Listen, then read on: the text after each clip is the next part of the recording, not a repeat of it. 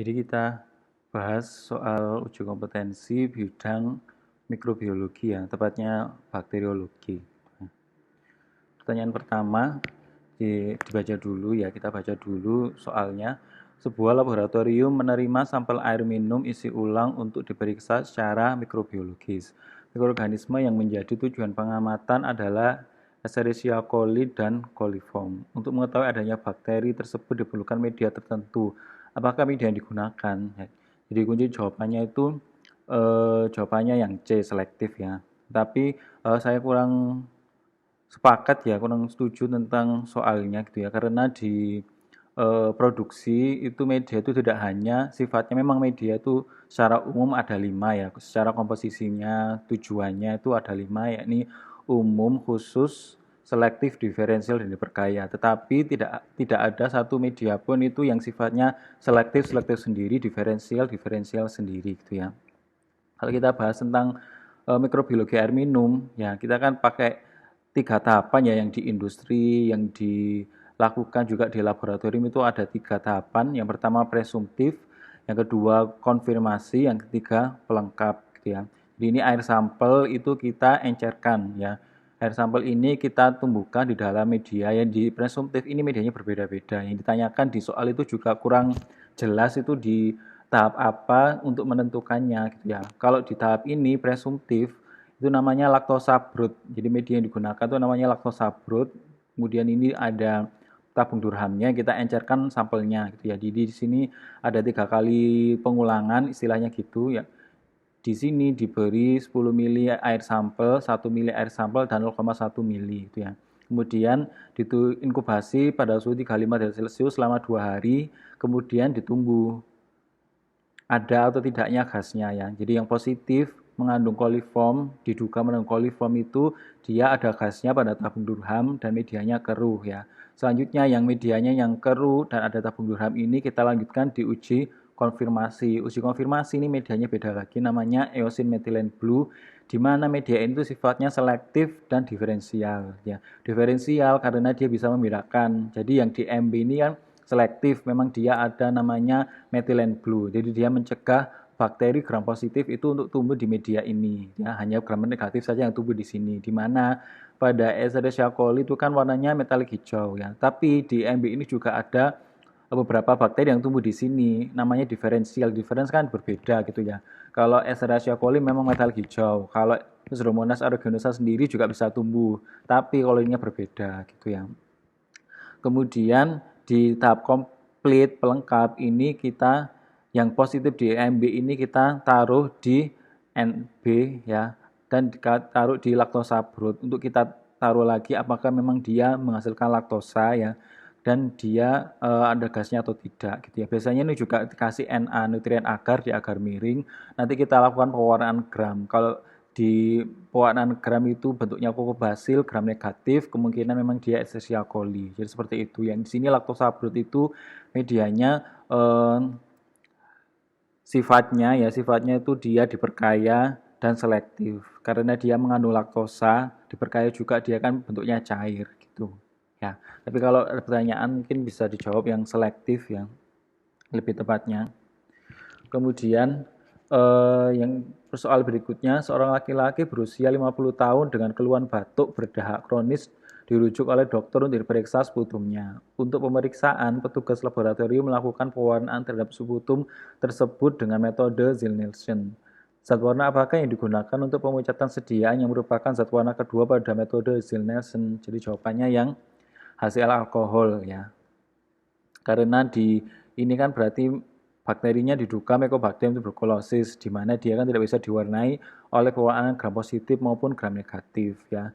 Saya ulang lagi, jadi pewarnaan gram, pewarnaan tahan asam, spora kapsul itu merupakan pewarnaan bertingkat. Pewarnaan bertingkat itu artinya dia membutuhkan lebih dari satu pewarna gitu ya. Ada pewarna primer, ada senyawa peluntur, dan ada pewarna pembanding gitu ya. Kalau di BTA sendiri, basil tahan asam metode Ziel-Nielsen itu dia pakai karbon fuksin dulu ya.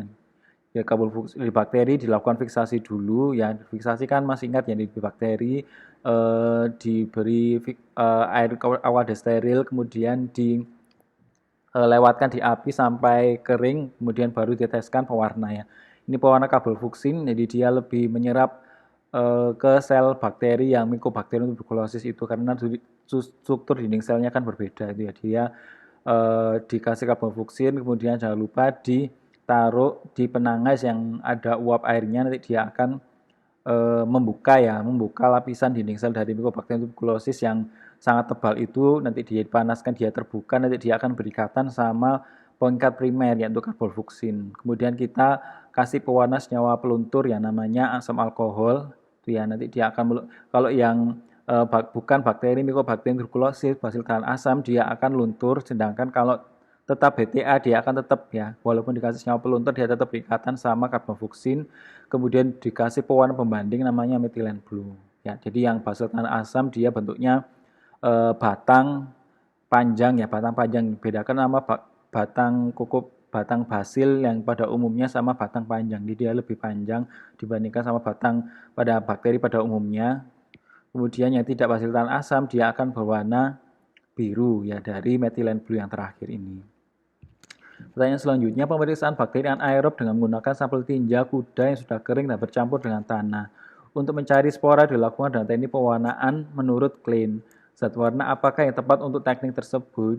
Jawabannya yang carbofluxin. Untuk yang spora itu berbagai macam metode ya. Yang pernah kalian pelajari kan metode yang Schaefer-Fulton, di mana dia pakai malakit hijau ya, kemudian dipanaskan, kemudian dikasih air biasa untuk senyawa peluntur, baru dikasih safranin, di mana sporanya nanti kan berwarna hijau ya, sedangkan sel vegetatifnya warna merah. Kemudian ada pewarnaan lain namanya Dorner, ini untuk basil yang terletak di tengah, jadi dia pemakai safranin, di mana dia warna merahnya di tengah. Kalau yang di soal itu pewarnanya pakai Klein, jadi kalau pewarna Klein itu dia pakai carbofluxin. Jadi suspensi bakteri yang ditumbuhkan selama 48 jam di nutrient broth itu dia dikasih volume carbofluxin yang volumenya sama seperti NB. Jadi NB-nya biasanya kita akan menumbuhkan di bakteri di NB itu kan 5 mili. Berarti kita pakai carbofluxin juga 5 mili. Ini kan pakai senyawa pewarna yang sangat banyak ini. Jadi tidak dianjurkan ya. Tidak dianjurkan, makanya tidak dilakukan di laboratorium karena membutuhkan pewarna yang lebih banyak. Ini pembandingannya 1:1. Jadi kalau NB-nya 10 mili, carbofluxinnya juga 10 mili. Ya, setelah itu ditaruh di kaca objek ya, kita keringkan, kemudian ditaruh di mikroskop untuk dilakukan pewarna pengamatan seperti itu. Ya, jadi kalau Klein itu dia pakai carbofluxin saja 1:1. Kalau di soal nanti kalian dapat misalnya Schaefer-Fulton itu yang kalian lakukan di lab itu, jadi dia pewarnaan malakit hijau sama safranin seperti itu. Kemudian soal selanjutnya, seorang anak berusia 10 tahun mengalami diare dengan ciri-ciri tinja encer dan berwarna seperti air cucian beras. Dokter mendiagnosa anak tersebut terinfeksi bakteri Vibrio cholera dan harus dilakukan kultur tinja di laboratorium. Untuk diagnosa tersebut maka dilakukan pemeriksaan dengan menggunakan berbagai media, salah satunya adalah tiosulfat bil sukrosa agar atau TCBS. Peralatan laboratorium yang diperlukan untuk membuat media tersebut disterilkan menggunakan oven. Berapa kasus yang dibutuhkan untuk sterilitas tersebut ya? Biasanya kalau di soal yang muncul itu memang oven ya. Oven itu suhunya, kalau diingat-ingat oven itu dia pemanasan kering, jadi suhunya lebih tinggi dibandingkan pemanasan panas lembab ya, pakai autoclave. Jadi suhunya untuk oven itu 160 sampai 180, waktunya 2 sampai 3 jam. Kemungkinan ada pertanyaan waktunya berapa? Kalau ada 160 180 jangan lupa waktunya 2 sampai 3 jam.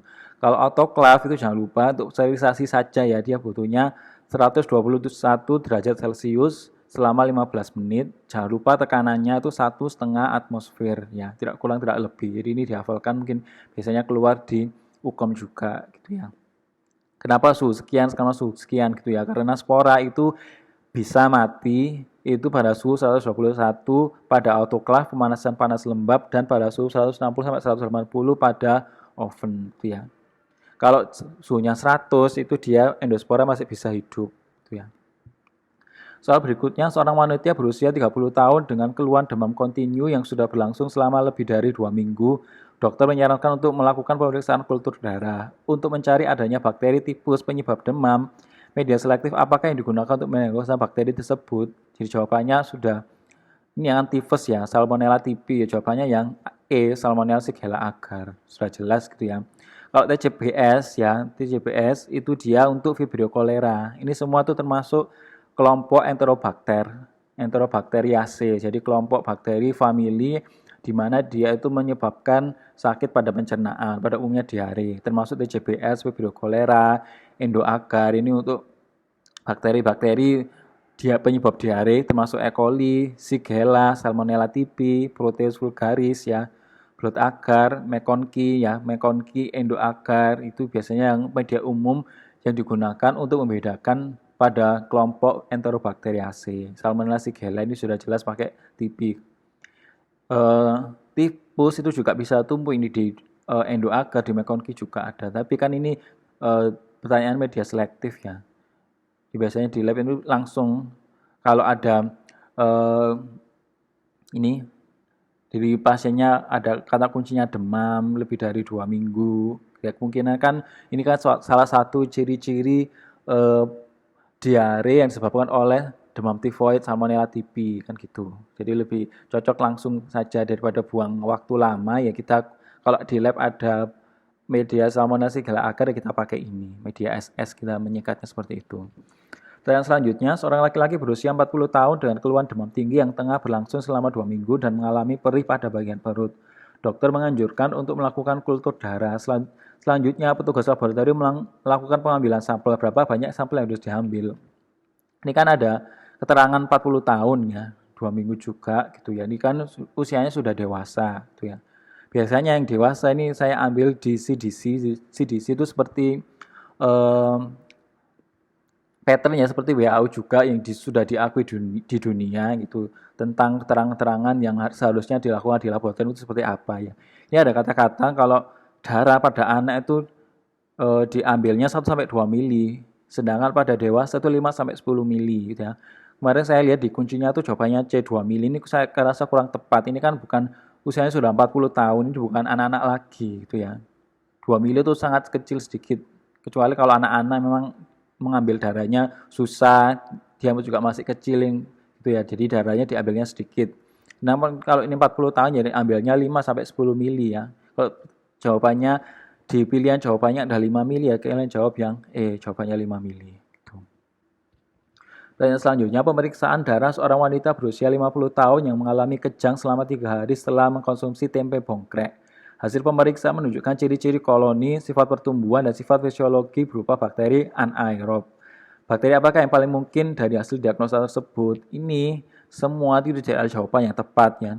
Jadi di pembahasan soal itu sudah ada 3 jawaban soal yang jawabannya kurang tepat gitu ya. Karena ini soalnya kita ambilnya itu dari regional yang belum diseleksi secara nasional gitu ya. Jadi dari beberapa pertanyaan itu ada yang tidak sinkron antara soal sama jawaban. Di sini itu tidak ada jawabannya gitu ya.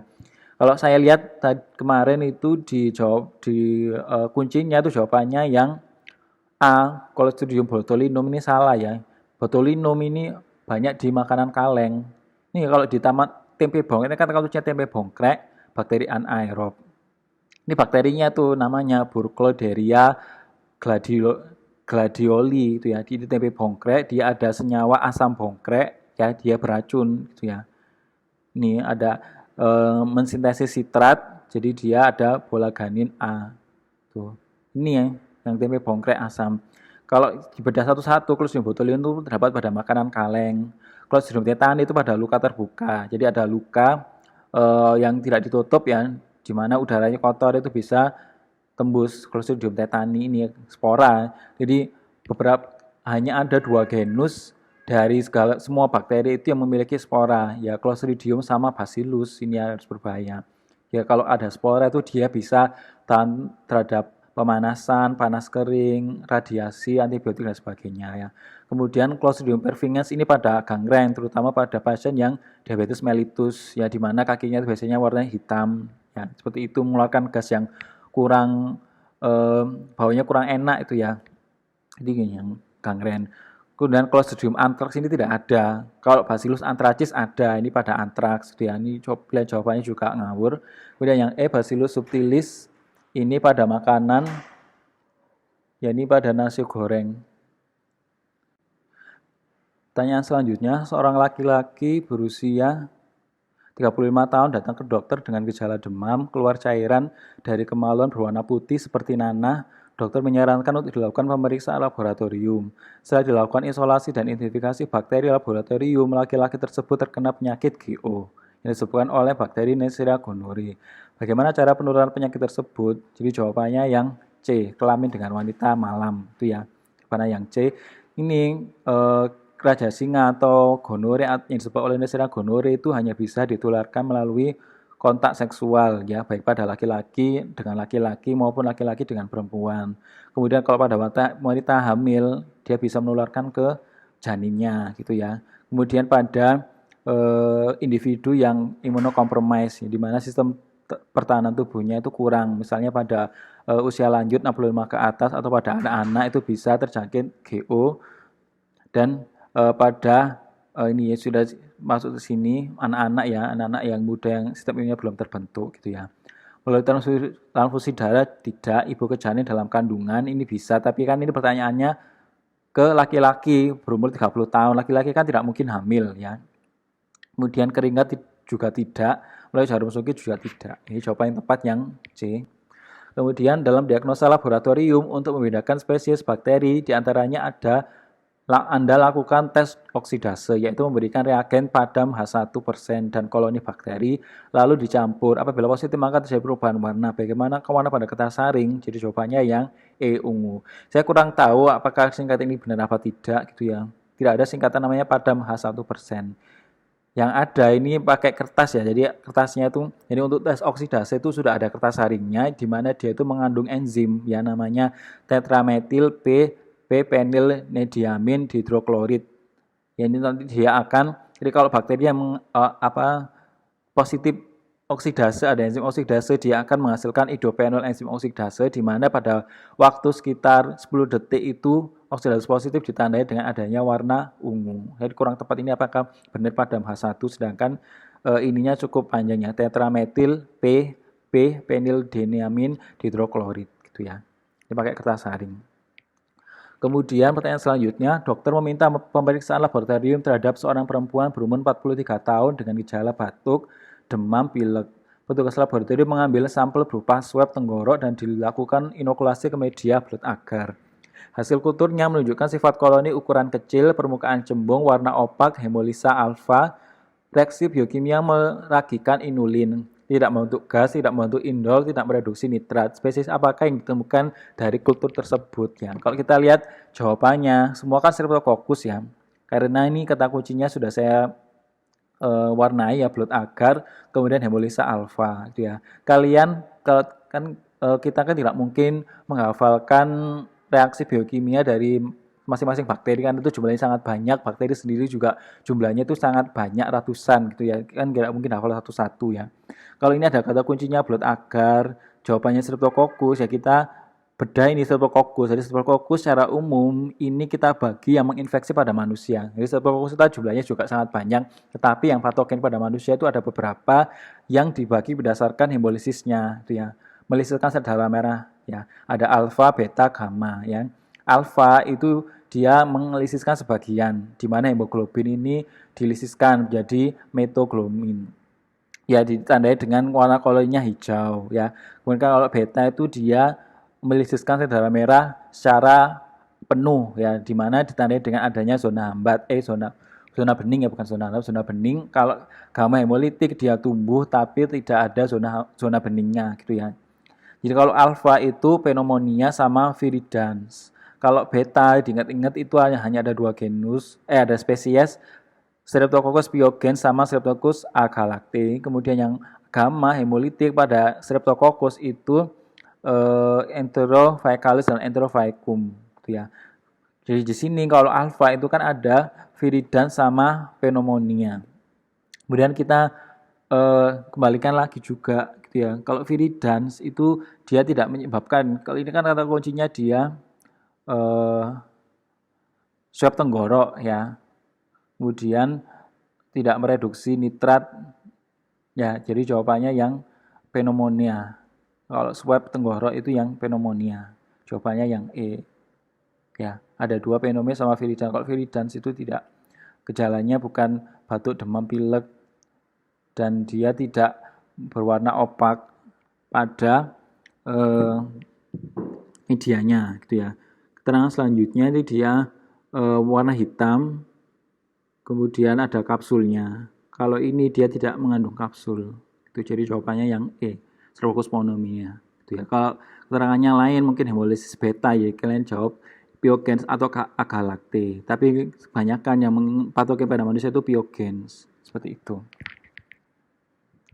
Pertanyaan selanjutnya, seorang laki-laki berumur 56 tahun dengan keluhan demam, kejang-kejang atau kaku dan kesadaran menurun. Dokter meminta pemeriksaan laboratorium terhadap sampel LCS. Hasil kultur pada media diperoleh koloni dengan ciri-ciri berwarna putih kecil, permukaan konveks, ringan, smooth atau licin, pigmen negatif, non-hemolitik. Media isolasi apakah yang paling tepat untuk mengetahui jenis bakteri tersebut? A. McConkey, B. Blood agar, C. Endo agar, D. Nutrien agar, E. Thayer Martin. Ini ada kata kuncinya non-hemolitik, berarti kan dia diketahui melalui koloni yang tumbuh pada blood agar. Jawabannya yang B. Pertanyaan selanjutnya, seorang wanita berumur 55 tahun dengan keluhan batuk berdahak sudah lebih 1 minggu dan nafsu makan berkurang. Dokter menyarankan agar diperiksa sputum untuk memastikan penyebab penyakitnya. Kapankah waktu pengambilan sputum yang paling tepat? Jawabannya A. Siang hari, B. Tengah malam, C. Sore hari, D. Pagi hari, E. Senja hari. Jawabannya yang paling tepat itu yang D. Pagi hari itu ya. Kalau masih ingat itu kalau yang untuk sputum pasien yang diduga positif tuberkulosis itu kan metodenya SPS, waktu pagi sewaktu. Yang paling tepat itu yang pagi, yang penentunya seperti itu. Pertanyaan selanjutnya, seorang wanita berumur 42 tahun dengan keluhan muntah dan mencret lebih dari 6 kali, warna tinja seperti air cucian beras, red water stool. Dokter meminta pemeriksaan tinja. Pemeriksaan dilakukan dalam kultur di media TCBS dan terbentuk koloni berbentuk bulat, berukuran sedang, permukaan cembung, dan pinggir rata. Apakah warna koloni pada media tersebut? A. Kuning, B. Hijau, C. Merah, D. Putih, E. Hitam. Jawabannya yang A. Kuning ya. Jadi TCBS itu media selektif ya. TCBS itu tiosulfat, sitrat, bil, salt, sukrose. Jadi memang untuk menumbuhkan bakteri Vibrio cholera. Jawabannya yang A, kuning ya, ini belum saya tandai. Bukan hitam loh ya, ini kuningnya. Warna awal dari media itu hijau, di mana ini sudah ditumbuhi oleh Vibrio cholera di warnanya kuning. Pertanyaan selanjutnya, sebanyak 20 orang siswa SD mengalami sakit perut dan diare setelah mengkonsumsi roti selai yang dibeli di kantin sekolah. Sampel muntahan dan tinja dibawa ke laboratorium untuk diperiksa dan dilakukan tes pigmen dengan hasil warna kuning emas. Media apakah yang dipakai untuk melihat pigmen tersebut? Jawabannya yang E. McConkey. Ya. Sakit perut dan diare. Ya. Sampel muntahan tinja, berarti kan ini kalau diare itu kan berarti mengarahnya ke Enterobacteriaceae, gram negatif. Berarti kan dia tuh tumbuhkanannya bukan di blood agar. Di blood agar kan tuh gram positif. Kalau gram negatif ya ke McConkey ya. Endo juga bisa, tapi ini kan pigmennya hasil warna kuning emas. Ya, warna kuning emas itu kita lihat di sini apa? Kemungkinan kan salmonella. Ya, jawabannya yang E. McConkey. Jadi hati-hati, jangan endo itu jarang digunakan juga. Yang paling banyak digunakan di lab itu untuk membedakan itu ya McConkey dengan blood agar. Gitu ya, seperti itu jawabannya yang E. Pseudomonas aeruginosa, warna biru hijau, permukaan datar ini ya. Ini pertanyaan cukup menjebak juga. Ini pasti kalian juga susah untuk menjawabnya. Saya juga susah juga gitu ya. Cuman ya kalau ada pertanyaan seperti ini, warna biru hijau kan warna yang khas gitu yang bisa mengeluarkan warna koloni seperti ini ya. Cuman Pseudomonas aeruginosa. Ya dia sekali lagi dia memiliki pigmen gitu ya. Jadi pernyataan yang terakhir itu yang kuncinya seperti itu. Kemudian pertanyaan selanjutnya, dalam suatu penelitian tentang uji kepekaan bakteri terhadap suatu antibiotik dilakukan dengan metode difusi. Metode ini menggunakan antibiotik berbentuk cakram dan membandingkan kekeruan sampel dengan larutan barium sulfat standar. Bagaimana melakukan sampel bakteri untuk pemeriksaan tersebut? A. Dibuat suspensi, B. Dilakukan pemekatan, C. Dianjurkan dengan aqueous, D. Dicampur dengan media, E. Dilakukan dengan HCl. Jawabannya yang A ya, dibuat suspensi, nanti diencerkan tuh ya. Tapi salah satunya dia dibuat suspensi karena dia juga tidak larut gitu ya. Kalau suspensi kan jadi khasnya kan dia tidak larut. Tuh. Kemudian pertanyaan selanjutnya, seorang laki-laki berumur 65 tahun didiagnosa oleh dokter menderita infeksi saluran kemih. Untuk mengetahui adanya bakteri penyebab infeksi tersebut harus dilakukan pemeriksaan total platelet count TPC, dilanjutkan dengan identifikasi bakteri patogen. Berapakah jumlah bakteri dalam urin koloni per mili per sampel yang menunjukkan adanya infeksi saluran kemih? Nah, jawabannya yang 100.000.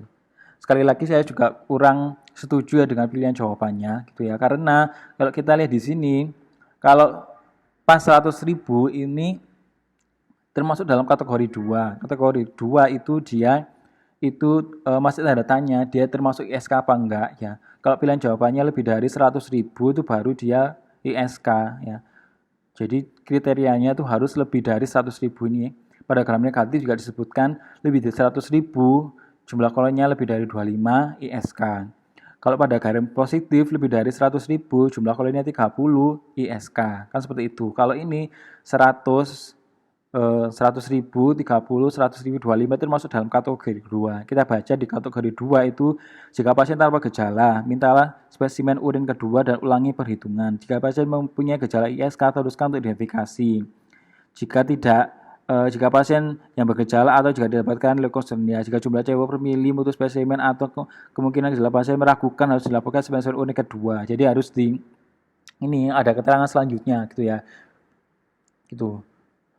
Mungkin 110 atau 120 jawabannya yang tepat. Kalau ini menurut saya jawabannya juga kurang tepat gitu ya. Tapi jangan lebih dari 1 juta ini terlalu banyak ya. Harusnya kan urin kan memang bukan tempatnya bakteri. Tidak mungkin ditemukan jumlah bakteri yang segitu banyaknya. Gitu ya. Pertanyaan selanjutnya, seorang pengusaha air minum kemasan ingin memeriksa produknya di laboratorium, apakah memenuhi standar kesehatan atau tidak, karena alat yang digunakan untuk mensterilkan air sudah melebihi batas waktu yang diperbolehkan. Pemeriksaan apa yang harus dilakukan untuk kasus di atas? Jawabannya yang kata kunci air minum, ya A. Kultur, B. Mikroskopis, C. TPC, D. Isolasi identifikasi. Jawabannya yang E. MPN, E. coli, dan coliform. Air minum kemasan. Ini kan syarat untuk air minum kemasan kan harus tidak ada E. coli dan coliform. Ya. Pertanyaan selanjutnya, di sebuah desa terjadi kasus keracunan yang menimpa 300 penduduk setelah menghadiri pesta perkawinan. Polisi ingin mengetahui penyebab keracunan tersebut. Petugas laboratorium mengambil sampel makanan kemudian melakukan pemeriksaan menggunakan metode fermentasi tabung ganda seri 15 tabung. Berapa milimeterkah sampel yang digunakan untuk pemeriksaan di atas? Jadi jawabannya yang E 55,5. Dari mana? Berarti dia kan 5 kali pengenceran. Ya, ini ada kata kuncinya ganda seri 15 tabung. Jadi dia ada 5, 5, 5. Ini sampel airnya pada pengenceran pertama itu butuh 10 ml sampel. 10 kali 5 berarti 50. Di sini sampel kedua itu butuh sampel air 1 mili. Ada 5 seri pengenceran 5 berarti 1 kali 5, 5 mili. Kemudian ini butuh sampel air 0,1. Ada 5 tabung berarti 0,5. Berarti 50 ditambah 5 tambah 0,5. Jadi jawabannya 55,5. Jawabannya E. Kalau pertanyaannya ganda seri 9 tabung ya. Karena ada 3 tabung, ada 5 tabung ya. Kalau 3 tabung berarti ya 3 berarti ya 30. Kemudian ditambah 3 ditambah 0,3, 33,3 jawabannya B. Kalau ganda seri 9 tabung, kalau 15 tabung jawabannya yang E. Pertanyaan selanjutnya, suatu survei tentang kondisi sungai di sebuah kota menggunakan metode kultur untuk mengetahui adanya bakteri kolik fekal dengan menggunakan media endoagar. Hasil pertumbuhan koloni pada media tersebut menunjukkan adanya bakteri peragi laktosa. Apakah warna media dari bakteri tersebut? Ya, ada kata-kata endoagar, laktosa. Jadi kalau laktosa ini kemungkinan Escherichia coli ya. Jadi kalau dilihat di media endoagar, bentuknya koko basil, kalau ditaruh di endoagar warnanya merah jambu. Jadi jawabannya yang C, merah jambu, laktosa, bakteri coli fekal ya. Coli yang di usus besar itu kan Escherichia coli. Jawabannya yang C, merah jambu. Pertanyaan selanjutnya, sebuah instansi kesehatan melakukan evaluasi terhadap sebuah rumah sakit. Salah satunya adalah menguji standar kebersihan alat makan pasien. Untuk itu dilakukan pemeriksaan TPC dengan pengambilan sampel swab menggunakan kapas lidi yang telah dilarutkan dengan larutan pengencer. Apakah larutannya digunakan untuk pengambilan sampel tersebut? A. Aquades, B. NaCl, C. Buffer borat, D. BSS, E. Perhydrol. Jadi jawabannya yang B. NaCl ya. larutan fisiologis gitu ya. Soalnya kalau di swab itu kan kalau Aquades itu demineralisasi kan Aquades gitu. Tidak ada mineralnya di bakterinya. Takutnya kalau ditransportasi itu bakterinya mati, false negatif jatuhnya hasilnya. Kalau NaCl itu larutan fisiologis, jadi ada NaCl-nya bisa mengkondisikan bakteri tersebut sesuai dengan kondisi aslinya gitu ya. Jadi kalau positif ya positif asli ya.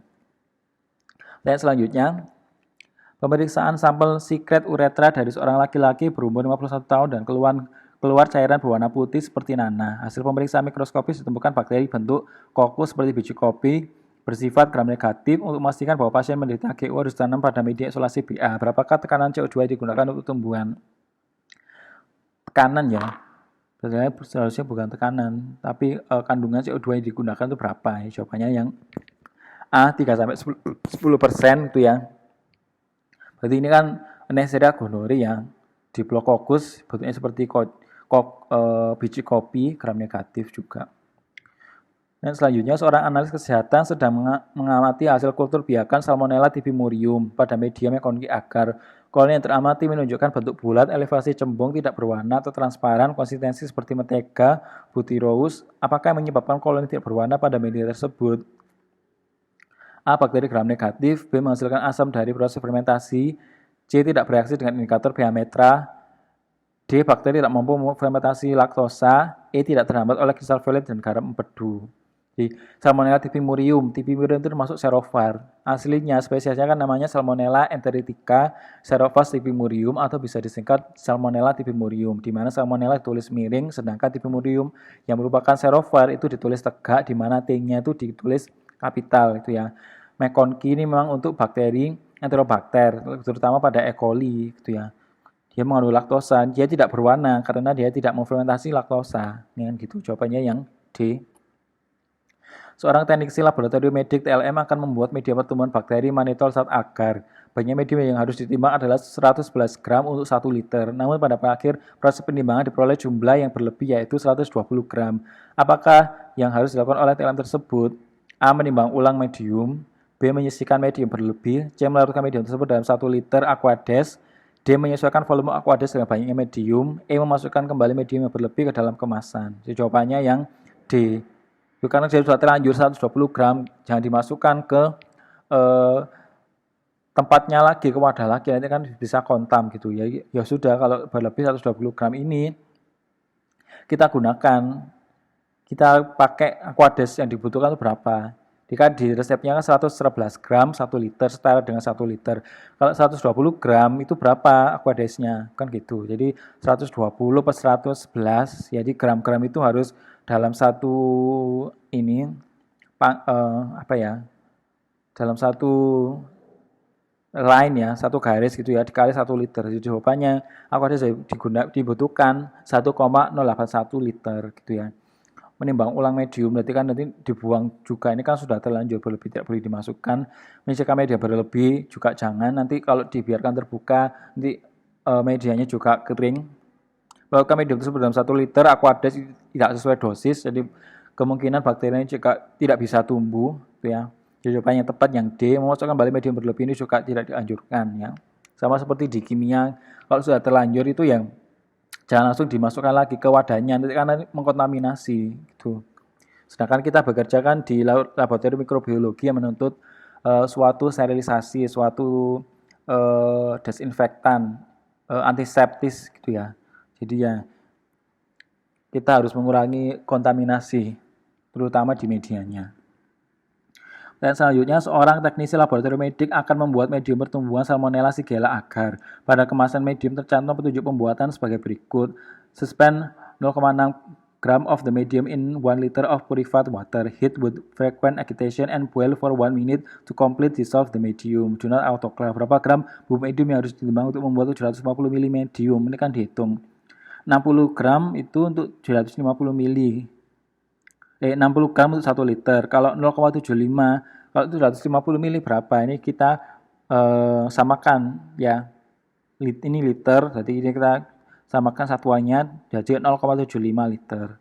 Jadi ini yang satuannya sama, ini kita dibagi 0,7 dibagi 1 liter dikali 60, jawabannya yang 45 gram, jawabannya yang E. Tuh. Untuk yang diukur nanti tidak boleh pakai kalkulator, jadi kemungkinan perhitungannya itu perhitungan yang sangat mudah. Tinggal perkalian silang ini seperti ini. Nanti kalian juga disediakan pensil sama kertas kosong untuk menghitung. Gitu. Biasanya seperti itu. Kalau tahun lalu seperti itu. Seorang pasien datang ke laboratorium klinik dengan membawa formulir pengantar dari dokter untuk melakukan pemeriksaan langsung dari sampel dahak. Dalam formulir pengantar tulis bahwa pasien tersebut diduga penderita tuberkulosis. Manakah kriteria dahak yang paling tepat untuk memenuhi pemeriksaan tersebut? A. Mukoporulen. Cumanya yang harus mukoporulen karena sampel dahak ya harus ada porulennya. Volume 4 lebih dari 4 cc juga tidak dapat dikeluarkan pada hari-hari juga tidak tepat ya. Ini kan baru datang ke lab juga. Tidak bercampur air liur, tidak bercampur darah. Jawabannya yang tempat yang mukoporulen. Diduganya soalnya sudah tuberkulosis. Kemudian pemeriksaan soal selanjutnya. Seorang pasien atas indikasi tuberkulosis datang ke laboratorium klinik untuk memeriksa dahak pagi. Namun pasien mengalami kesulitan dalam mengeluarkan dahak tersebut sehingga tidak ada sampel yang dibawa pada saat itu. Apakah tindakan yang paling tepat yang harus dilakukan oleh teknisi laboratorium medik? A. Meminta pasien berkonsultasi kembali ke dokter. B. Meminta pasien mengeluarkan dahak sewaktu pada saat itu. C. Menyampaikan agar pasien mengeluarkan dahak besok pagi. D. Mengkonsultasikan kepada dokter penanggung jawab laboratorium. E. Menyarankan pasien meminum obat mukolitik sebelum mengeluarkan dahak pagi. Itu ya. Di jawaban tepat yang C. Menyampaikan agar pasien mengeluarkan dahak besok pagi. Itu ya. Karena indikasinya sudah TBC. TBC kan paling baik pagi hari dan harus dahak ya, bukan saliva. Itu. Karena kriterianya dahak pagi. Kalau sewaktu-sewaktu sudah dapat, paginya itu harus benar-benar harus pagi. Itu ya, jawabannya yang C. Dan selanjutnya seorang ATLM melakukan uji identifikasi bakteri Salmonella typhi dengan menggunakan media SSA. Dari pemeriksaan tersebut diperoleh hasil adanya endapan berwarna hitam pada dasar koloni yang tumbuh. Perubahan warna media menjadi kuning dan media semi-solid SIM yang telah ditambah motilitas positif seperti pohon cemara terbalik. Apakah jenis zat didasarkan oleh bakteri Salmonella typhi sehingga terbentuk warna pada media tersebut? Ini kan kuncinya kan Salmonella typhi SSA, warnanya hitam, gitu ya. Kemudian SIM sulfit indol media. Sulfit kan berarti sulfur, motilitasnya positif. Jadi untuk mengetahui motilitas ada tidaknya flagela pada bakteri, kan gitu. Ini misalnya pada A ini dia motil ya. Tapi H2S-nya dia negatif, indolnya dia positif. Misalnya yang B, Staphylococcus aureus dia non-motil. Dia tidak bergerak. H2S-nya juga negatif, indolnya negatif, warna kuning. Itu ya.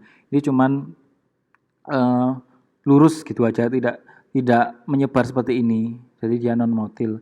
Kemudian yang C ini Salmonella Arizona, dia motil, H2S positif, indolnya negatif. Kemungkinan Salmonella itu juga warnanya hitam tuh ya. Kemudian untuk SIM Enterobacter aerogenes dia motil, ya dia bergerak. Jadi dia tuh bergeraknya itu tidak sesuai dengan yang ditusukkan. Tusukannya kan lurus gini, tapi biasanya dia koloninya menyebar seperti itu. Pertanyaan selanjutnya, seorang analis melakukan pemeriksaan pada sampel dengan menggunakan uji biokimia. Media yang digunakan pada uji tersebut adalah media cair laktose dengan indikator bromcrestol purple. Hasil didapatkan yakni terdapat perubahan warna media menjadi kuning dan terlihat adanya gas yang terperangkap di media dalam tabung durhan. Apakah tujuan dilakukan pengujian tersebut? Jawabannya yang E, penguji fermentasi karbohidrat. Sudah jelas kan ini laktosa kan karbohidrat, tabung durham juga. Kalau fermentasi karbohidrat ya selalu pakai tabung durham untuk mengetahui ada tidaknya gas. Pertanyaan selanjutnya, seorang analis melakukan pemeriksaan terhadap sampel sputum seorang pasien diduga TBC. Metode pewarnaan yang digunakan oleh analis tersebut adalah Ziehl-Neelsen. Fungsi pemeriksaan asam alkohol pada pemeriksaan tersebut adalah membedakan bakteri BTA dengan bakteri non-BTA. Benar sih, tapi ini di akhir ya, setelah dia ditambahkan pewarna pembanding methylene blue, memudahkan pelekatan warna pengganti. Simpan dulu jawabannya. Yang C, menghilangkan zat warna tandingan, juga benar tapi kurang tepat. Jawabannya yang D, menghilangkan zat warna utama ya. Namanya kan pewarna primer, peluntur, kemudian pewarna pembanding. Jadi memang asam alkohol 96%, Aquades itu memang untuk menghilangkan zat pewarna utama. Jadi jawabannya yang paling tepat itu yang D, ya.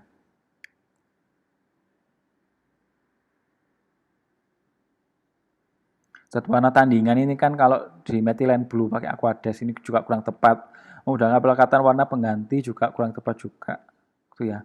Soalnya kan yang positif BTA itu juga dia kan mengikat pada karbofuksin, itu mengikat warna utama. Gitu. Pertanyaan selanjutnya, seorang analis melakukan pemeriksaan mikrobiologi dengan metode biakan. Setelah ditanam pada media SSA dan inkubasi pada suhu 37 selama 24 jam didapatkan koloni dengan ciri-ciri berwarna putih dengan bintik hitam di tengah. Setelah dilakukan uji infik itu indol, methyl red, V-nya itu Voges plus square dan penggunaan sitrat. Dapatkan sebagai berikut. Dari I negatif, metil merah positif, VP-nya negatif, sitratnya negatif. TSA-nya hitam. Apakah jenis bakteri tersebut? Ini ada kuncinya yang paling tepat ini kan SSA.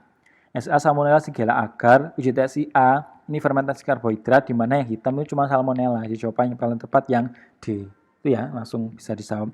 Nah, kita kan nggak mungkin mengingat uji ini indol, metil merah, VP, sitrat. Jadi kata kuncinya yang tepat jadi TSIA, SSA. Pertanyaan selanjutnya, seorang klien memiliki keluhan adanya benjolan warna merah dengan pus di bagian tengahnya serta disertai demam. Dokter menganjurkan untuk melakukan pemeriksaan bakteri pada benjolan tersebut. Apakah metode pengambilan sampel yang tepat pada kasus di atas? Pus di bagian tengah setelah disertai demam. Pakai swab saja gitu ya. Menempelkan selotip pada lukanya nanti ini pasiennya sakit juga ya. Mengambil kerokan kulit juga kurang tepat, aspirasi, biopsi, jadi tempat yang kalau biopsi ini prosedur pembedahan ya, biopsi biasanya ada luka di lambung atau di usus pencernaan, kita lakukan biopsi untuk mengambil sampelnya untuk kita periksa di lab itu biopsi. Kalau ini cukup di swab saja, kan swab di pus ya, benjolan warna merah di kulitnya di bagian luar saja, tidak perlu biopsi. Seorang teknisi laboratorium medik memeriksa sampel yang dikirim ke laboratorium dengan keterangan makanan dari jajanan yang dikonsumsi oleh siswa di sekolah dasar 10 terduga keracunan makanan.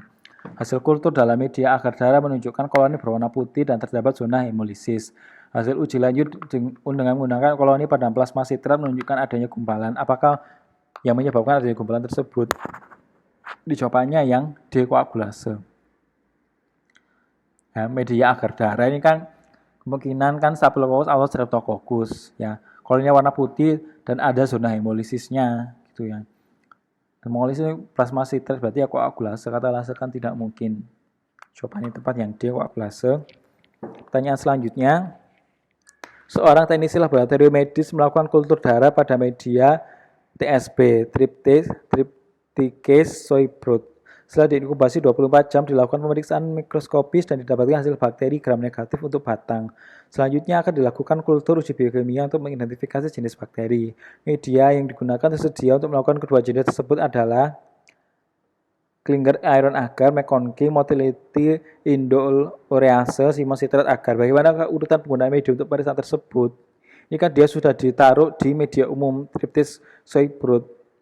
Dari sini kalau sudah diketahui dia termasuk gram negatif bentuk batang, ya kita langsung lanjut ke uji pemeriksaan untuk gram negatif ya, di mana untuk gram negatif biasanya kan pakai McConkey, di sini kan pakai TSB, ternyata bisa diwarnai bentuknya gram negatif batang gitu ya.